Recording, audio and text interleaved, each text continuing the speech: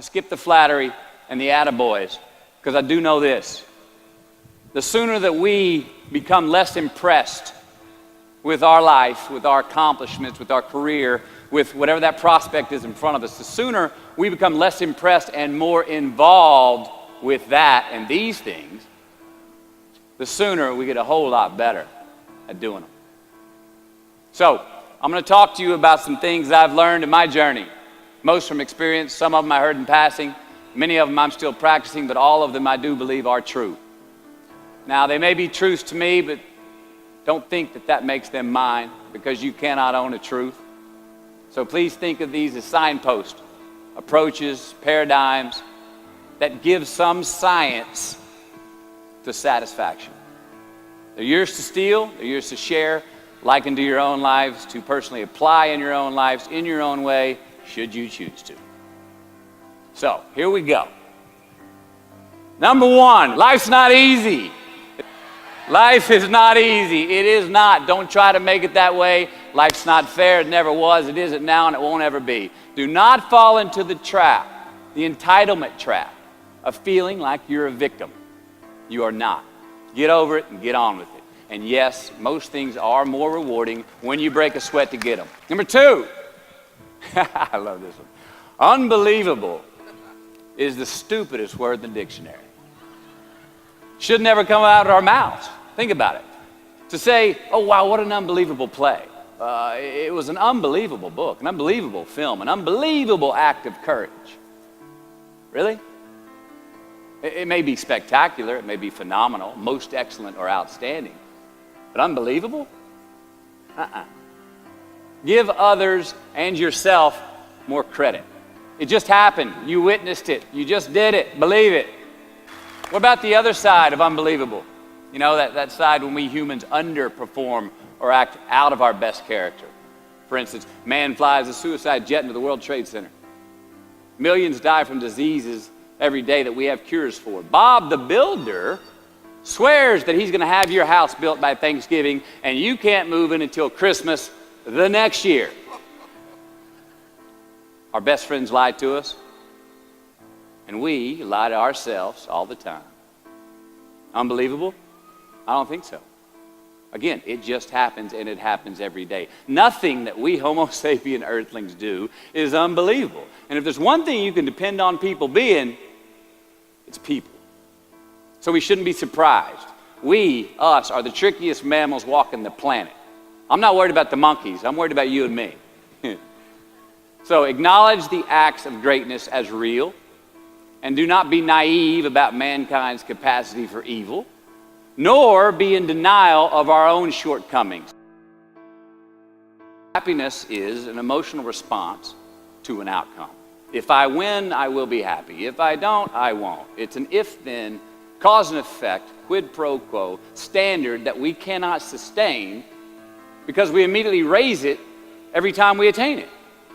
You see, happiness demands a certain outcome. It is result reliant. And I say, if happiness is what you're after, then you're going to be let down frequently, and you're going to be unhappy much of your time. Joy, though, joy is a different thing. It's something else. Joy is not a choice. It's not a response to some result. It's a constant. Joy is the feeling that we have from doing what we are fashioned to do, no matter the outcome.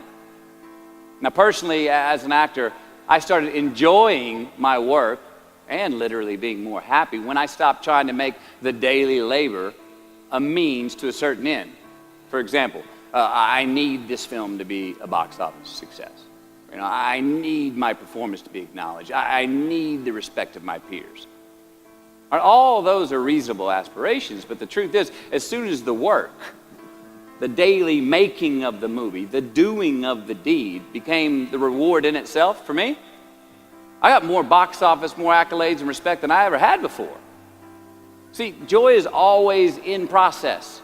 It's under construction. It is in constant approach, alive and well in the doing of what we're fashioned to do and enjoying it. Number 4, define success for yourself. Define success for yourself. Now check this out. I'm in south of New Orleans a few years ago, and I went to a voodoo shop. And they had this wooden partition against the wall with these columns. And in these columns were all these vials of these magic potions, right? And the headings above each potion defining what they would give you were things like fertility, health, family, legal help, energy, forgiveness, money. Guess which column was empty? Money.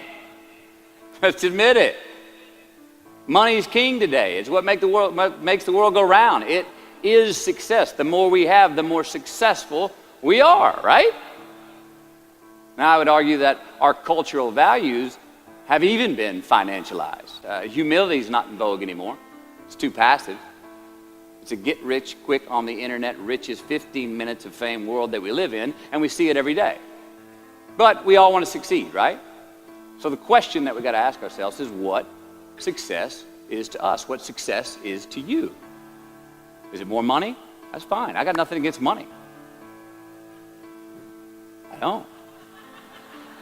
Maybe it's a healthy family. Maybe it's a happy marriage. Maybe it's to help others, to be famous, to be spiritually sound, to leave the world a little bit better place than you found it. Continue to ask yourself that question. Now, your answer may change over time, and that's fine. But do yourself this favor. Whatever your answer is, don't choose anything that will jeopardize your soul. Prioritize who you are, who you want to be, and don't spend time with anything that antagonizes your character. Don't drink the Kool-Aid, man. It tastes sweet, but you will get cavities tomorrow. All right? Life is not a popularity contest. Be brave, take the hill, but first answer that question, what's my hill? So, me, how do I define success? For me, myself. Well, for me, it's a measurement of 5 things. We got fatherhood. We got being a good husband. We got my health, mind, body, and spirit. We got career, and we got friendships. These are what's important to me in my life right now. So I try to measure these 5 things each day. I check in with them. I like to see whether or not I'm in the debit section or the credit section with each one. Am I in the red or am I in the black? You follow? For instance, sometimes say my career is rolling. All right, it's way up here in the black, but I see how my relationship with my wife maybe could use a little bit more of my attention. I got to pick up the slack on being a better husband. Get that one out of the red. Or say my spiritual health could use some maintenance. It's down here, but hey, man, my friendships and my social life, they're in high gear, right? I got to recalibrate. Checks and balances. I got to go to church. Remember to say thank you more often. Something. But I got to take the tally because I want to keep all 5 in healthy shape. And I know that if I don't take care of them, if I don't keep up maintenance on them, one of them is going to get weak, man. It's going to dip too deep into the debit section. It's going to go bankrupt. It's going to get sick, die even. So first, we have to define success for ourselves. And then we have to put in the work to maintain it. Take that daily tally. Tend our garden. Keep the things that are important to us in good shape. I mean, let's admit it. We've all got 2 wolves in us. A good one and a bad one. And they both want to eat. The best I can tell, we just got to feed that good one a little more than the other one. Here we go. Number 5. Process of elimination is the first step to our identity. AKA, where you are not is as important as where you are. All right, 1992, I got my first job as an actor. 3 lines, 3 days work in a film called Dazed and Confused. All right. All right, all right, all right. There we go.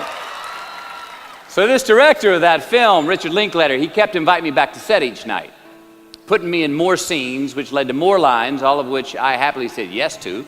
I mean, I'm having a blast. People are telling me I'm good at what I'm doing, and they're writing me a check for $325 a day. I mean, hell yeah, give me more scenes. I love what I'm doing. Well, by the end of the shoot, by the end of the film, those 3 lines had turned into over 3 weeks' work, And it was mine. It was Wooderson's 1970 Chevelle that we went to go get Aerosmith tickets in, man. Yeah, it was badass. Well, a few years ago, I'm watching this film again, and I noticed two scenes that I really shouldn't have been in. In one of these scenes, my character Wooderson, I exit screen left to head somewhere, and then I re-enter the screen and to double check if any of the other characters wanted to go with me. Now, in rewatching the film, and you'll agree if you know Wooderson, Wooderson's not a guy who would ever say, later, and then come back to see if you were sure you didn't want to go. Now, when Wooderson leaves, Wooderson is gone. He does not stutter, step, flinch, rewind, ask twice, or solicit. You know what I'm talking about. Wooderson has better things to do, like liking those high school girls, man, because I get older and they stay the same age. My point is, I should not have been in that scene. Shouldn't have come back. Should have exited screen left and never come back. But back then, making my first film, getting invited back to the set, cashing that check and having a ball, I wanted more screen time. I wanted to be in the scene longer and more and come back into the scene, right? But I shouldn't have been there. Wooderson shouldn't have been there. It is just as important where we are not as it is where we are. Look, the first step that leads to our identity in life is usually not, I know who I am. I know who I am. That's not the first step. The first step's usually, I know who I am not. Process of elimination. Defining ourselves by what we are not is the first step that leads us to really knowing who we are. You know that group of friends that you hang out with that they really might not bring out the best in you? You know, they gossip too much, or they're kind of shady. They really aren't going to be there for you in a pinch. Or how about that bar that we keep going to that we always seem to have the worst hangover from? Or that computer screen, right? That computer screen that keeps giving us an excuse not to get out of the house and engage with the world and get some real human interaction. Or how about that food that we keep eating, the stuff that tastes so good going down, it makes us feel like crap the next week, when we feel lethargic and we keep putting on weight? Well, those people, those places, those things, stop giving them your time and energy. Just don't go there. I mean, put them down. And when you do this, when you do put them down, when you quit going there, and you quit giving them your time, you inadvertently find yourself spending more time and in more places that are healthy for you, that bring you more joy. Why? Because you just eliminated the who's, the where's, the what's, and the when's that were keeping you from your identity. Like, trust me, too many options, I promise you this, too many options will make a tyrant of us all. All right, so get rid of the excess, the wasted time. Decrease your options. And if you do this, you will have accidentally, almost innocently, put in front of you what is important to you by process of elimination. Knowing who we are is hard. It's hard. So give yourself a break. Eliminate who you are not first, and you're going to find yourself where you need to be. Number 6, don't leave crumbs. And the beauty of delayed gratification. So what are crumbs? Well, the crumbs I'm talking about are the choices that we make that make us have to look over our shoulder in the future. You didn't pay that guy back the money that you owed him, and tonight you just saw him 3 rows behind you. Shit. You slept around on your spouse, and you just found out that tomorrow she and the lady you're having an affair with are going to be at the same PTA meeting. Shit again. You drank too much last night. You're too hungover to drive your son to his 8 a.m. Saturday morning baseball practice. These are the crumbs. They come in the form of regret, guilt, and remorse. You leave crumbs today, they will cause you more stress tomorrow. And they disallow you from creating a customized future in which you do not have to look over your shoulder. So let's flip the script. Instead of creating outcomes that take from us, let's create more outcomes that pay us back, fill us up, keep your fire lit, turn you on for the most amount of time in your future. These are the choices I'm talking about. And this is the beauty of delayed gratification. All right, tee yourself up. Do yourself a favor. Make the choices, the purchases today that pay you back tomorrow. Residuals. In my business, we call it mailbox money. If I do my job well today, and that movie keeps rerunning on TV, 5 years from now, I'm getting checks in the mailbox. It's a heck of a deal.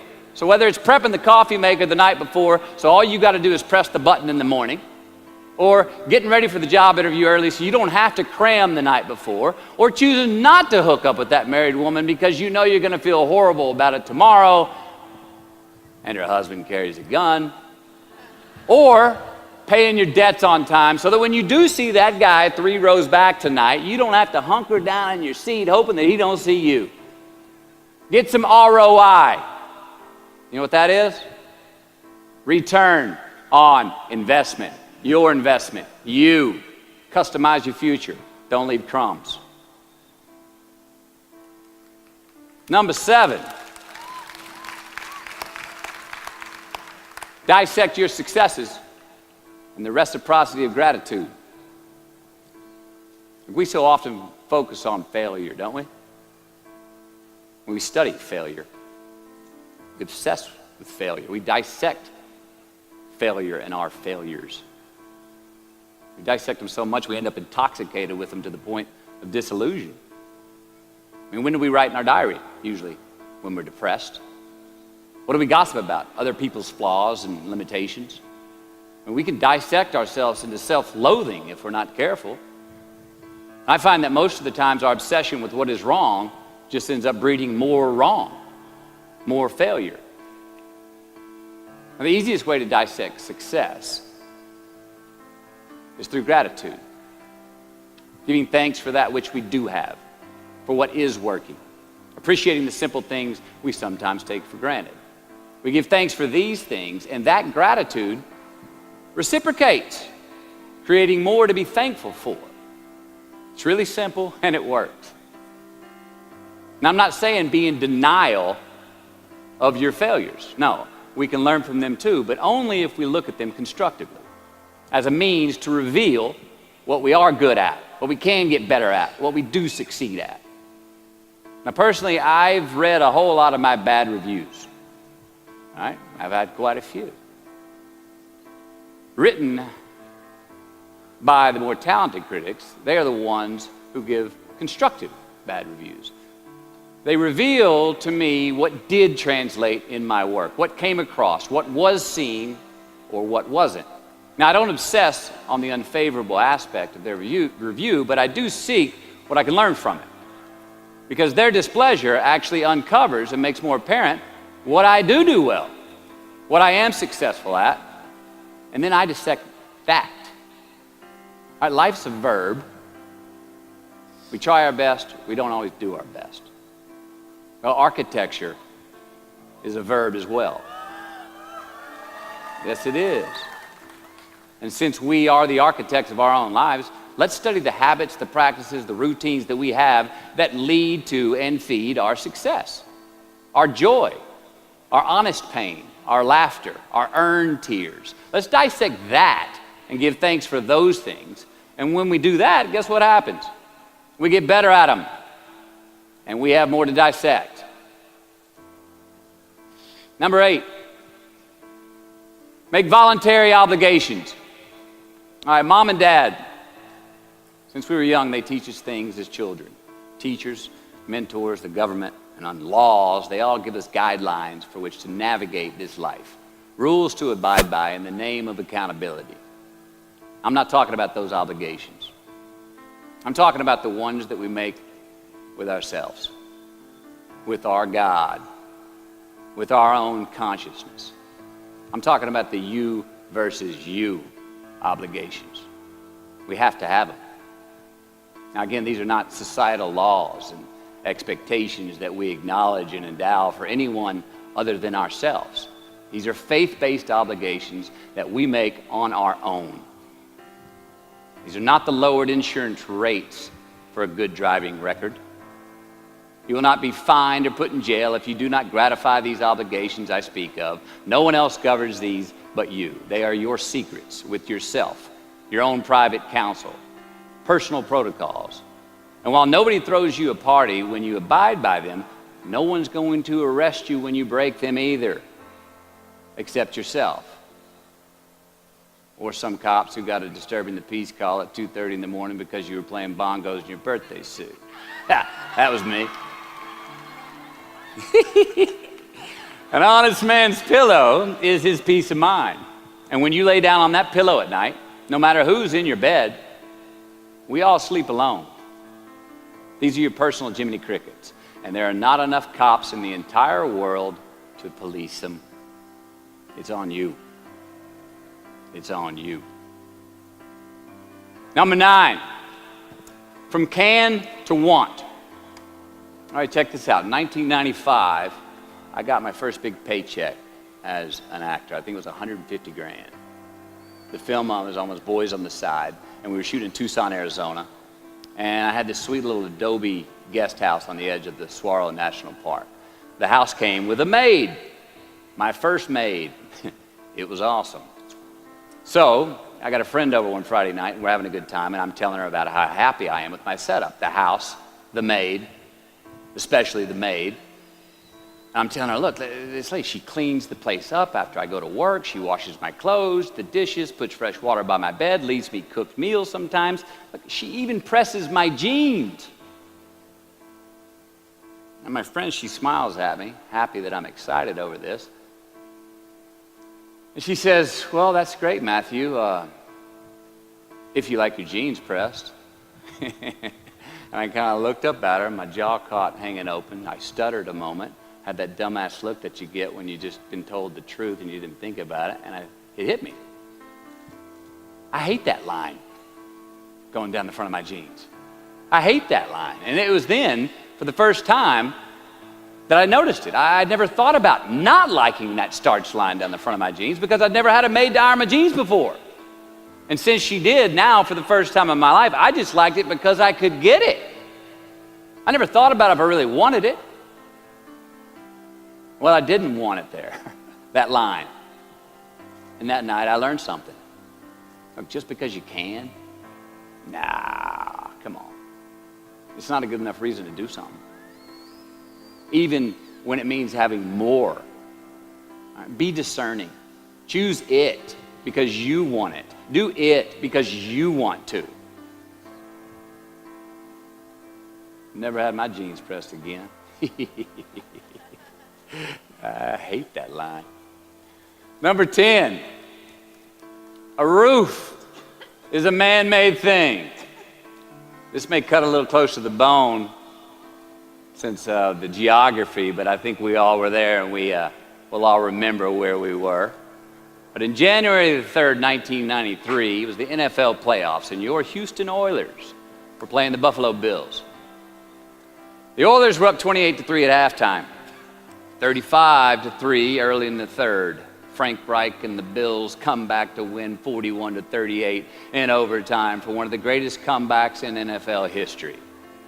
Yeah, the Bills won, but they didn't really beat the Oilers. The Oilers lost that game. They beat themselves. Y'all remember that, huh? Why? Why'd they beat themselves? Or how? Was it because at halftime they put a ceiling, a roof, a limit on their belief in themselves, aka the prevent defense? Or maybe they started thinking about the next opponent in the playoffs at halftime. I mean, they were up. Then they came out, played on their heels, lost the mental edge the entire second half, and voila, they lost. In a mere 2 quarters, defensive coordinator Jim Eddy went from being called the defensive coordinator of the year and the man first in line to be a head coach next year to a man without a job in the NFL. You ever choked?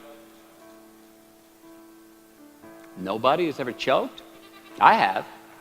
You know what I'm talking about, fumbling at the goal line, stuck your foot in your mouth once you got to the microphone, had a brain freeze on the exam that you were totally prepared for. Forgot the punchline to a joke in front of 4,000 graduating students at the University of Houston commencement. Or maybe you've had that feeling of, oh my God, life just cannot get any better than this moment. And ask yourself, do I deserve this? Now, what happens when we get that feeling? We tense up. We have this sort of outer body experience where we are literally seeing ourselves in the third person. And we realize that the moment just got bigger than us. You ever felt that way? I have. And it's because we have created a fictitious ceiling, a roof, to our expectations of ourselves. A limit where we think it's all too good to be true. But it's not. And it's not our right to say or believe it is. We shouldn't create these restrictions on ourselves. A blue ribbon, a statue, a score, a great idea, the love of our life, a euphoric bliss. Who are we to think that we don't deserve or haven't earned these gifts when we get them? It's not our right. But if we stay in process, all right, within ourselves, in the joy of the doing, we will never choke at the finish line. Why? Because we aren't thinking of the finish line. Because we're not looking at the clock. We're not watching ourselves on the Jumbotron performing the very act that we're in the middle of. No, we're in process. The approach is the destination, and we are never finished. Bo Jackson, what did he do? He used to run over the goal line, through the end zone, and up the tunnel. The greatest snipers and marksmen in the world, they don't aim at the target. They aim on the other side of the target. We do our best when our destinations are beyond the measurement, when our reach continually exceeds our grasp, and when we have immortal finish lines. And when we do this, the race is never over. The journey has no port. The adventure never ends because we are always on the way.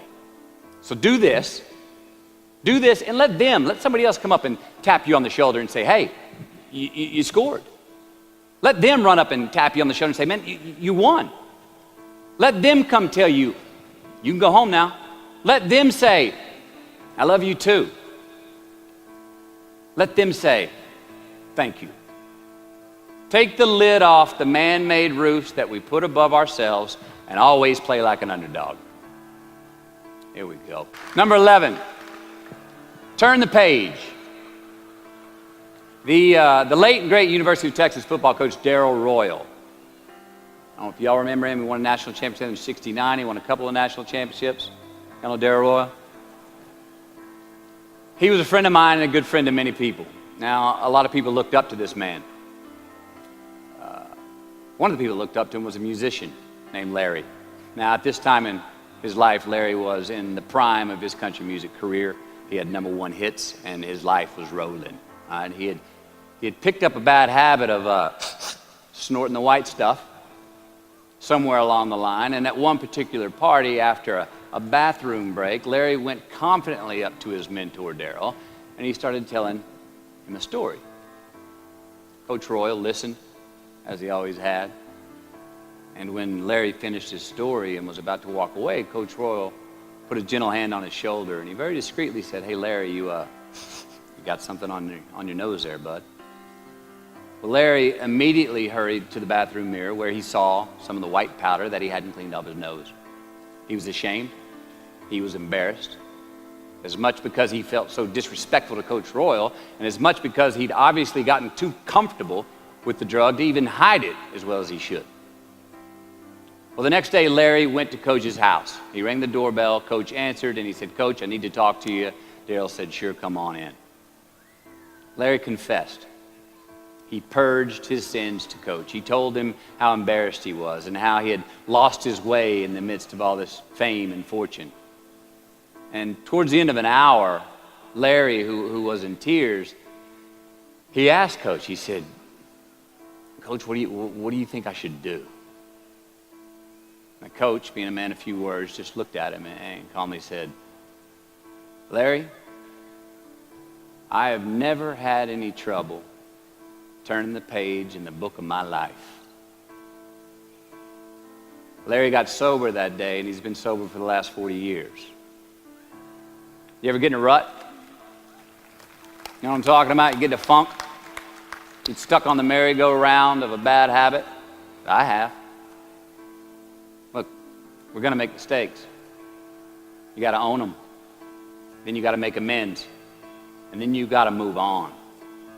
Guilt and regret kills many a man before their time. So turn the page. Get off the ride. You are the author of the book of your life. Turn that page. Number 12.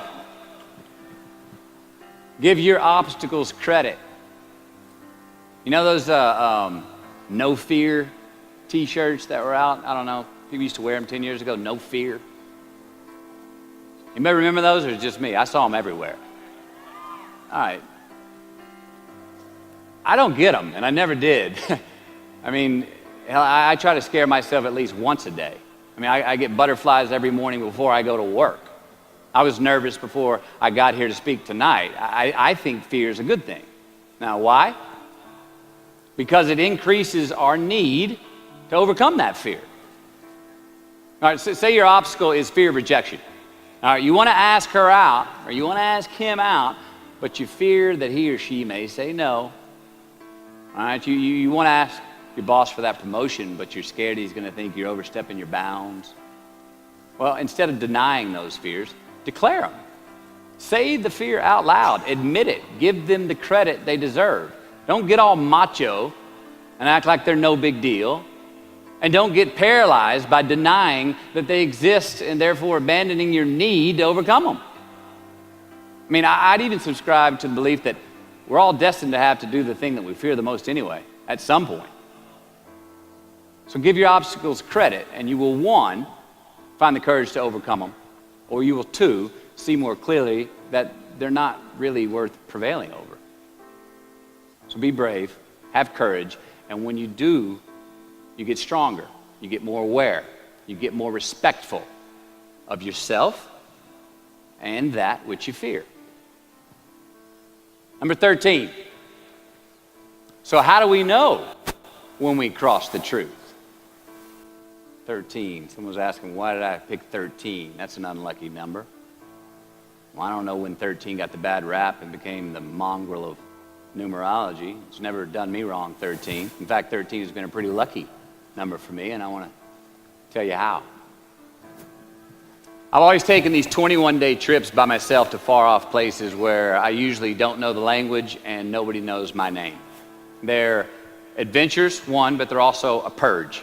All right, they're a cleanse for me. They're like a 21-day fast from attention, from all the things I have in my well-appointed life.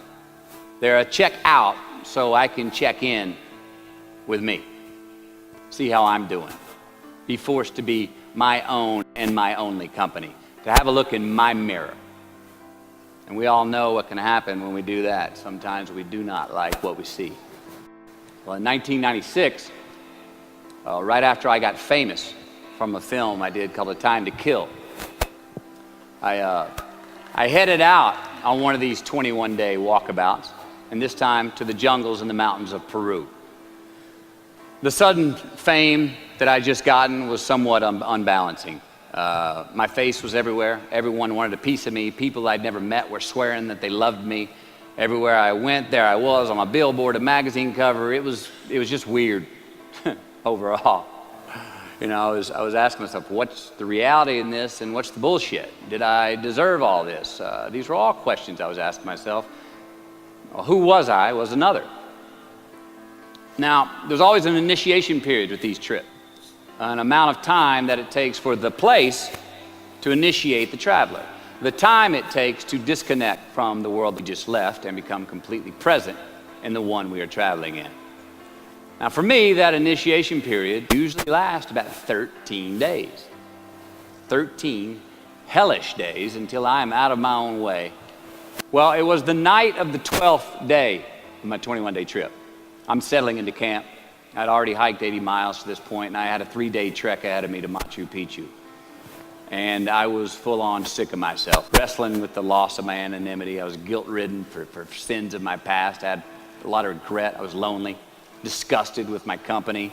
mine. Grappling with these demons on this night, I couldn't sleep. All of these badges and banners and expectations and anxieties that I was carrying with me, I needed to free myself from them. So I stripped down to nothing. I took every moniker that gave me pride and confidence, all the window dressings, the packaging around the product. I discarded them all. I got rid of my lucky and faithful American cap. I stripped off all my talismans from adventures past. I even discarded my late father's gold ring with an M on it that he gave to me. And it was a meltdown of he and my mom's class rings and gold from my mom's teeth. I even got rid of that. I was naked, literally and figuratively. And I got sick. I felt clean. I felt free and light.